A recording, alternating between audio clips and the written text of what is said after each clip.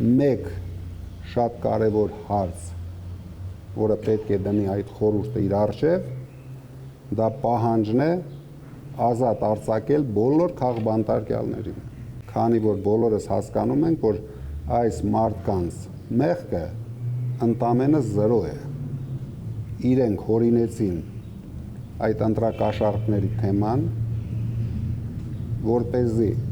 այդ ընթացքում իրենք հանգիստ բաժանեն պետության բյուջեով ընտրակաշառքներ։ Բոլորս հասկանում ենք այդ մոլորված մարդիկ, նորից խաբված մարդիկ, ինչի համար ձայն տվեցին Փաշինյանին։ Ու բացի այն մարդկանցից, ովքեր չեն տվել, այլ ընդամենը նկարված ձայներ են։ Բայց վերջապես մարդիկ տվել են ձայն Փաշինյանին։ Իրենց հիմնական պատճառը, որ տվել են, դա իրենց ընտրակաշառքներն են։ Բոլորս տեսանք, 1 ամիս, 2 ամիս առաջ ինչքան թափով այն ինչը որ հայտարարվեց եւ տեսանք, բայց ինչը չի հայտարարվել, մենք չենք տեսել։ Այդ պետական մակարդակով ընտրակաշառքները։ Սա էր իրեն ձայն բերում։ Ուրիշ ինչի դիմաց հայ մարդը պետք է Փաշինյանին ձայն տա։ Ես չեմ պատկերացնում, այսքան չարիք ու կործանում բերած մարդ այս երկրին, ինչի դիմաց պետք է քվես տանա։ Դրա համար իրենք հորինեցին մի քանի թեզեր, որոնք ոչ մի կապ չունեն, համենայն դեպս ես մեր ուժի կողմից վստահ ասում եմ, չի եղել ոչ մի դեպք, նույնիսկ կարող եմ ասել, ով մեր կուսակցության կողմից ընտրակաշառք թեկուզ $100 բաժանել է, նա Նիկոլ է։ Այսինքն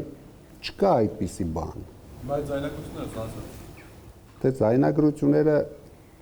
ինչ-որ բաներ կոնտեքստից կծում են, համենայն դեպս մոտ 760 մարդ մեր ուժից ձերբակալվել են, ընդամենը կալանավորվել են 103 մարդ եւ մոտարապես 100 մարդ տարբեր վարչական հսկողության տակ են կամ չբացակայելու արգելքի տակ են, այսինքն 103 մարդ կալանավորվել են։ Իհարկե շարունակվում է այդ process-ը, իրենք չեն կանգնում։ Դրա համար ես բարոյականության մասին խոսեցի, իրենք իրենց արածները ուզում են ծածկեն դրանով, քանի որ իրենք լավ գիտեն ինչպես են իրենք քվեստացել, մենք էլ լավ գիտենք ինչպես ենք մենք քվեստացել։ Մենք ներկայացրել ենք մեր ծրագրերը, որոնք վստահ եղեք լավագույնն էին այս process-ների ժամանակ։ Միայն այդ ծրագրերով կարելի էր ստանալ ուժեղ Հայաստան, բարեկեցիկ կյանքով ապրող ժողովուրդ, բայց մեր ժողովուրդը ընտրեց աղքատությունը, ընտրեց հանձնվողականությունը, մեկ օրվա իր օգուտի համար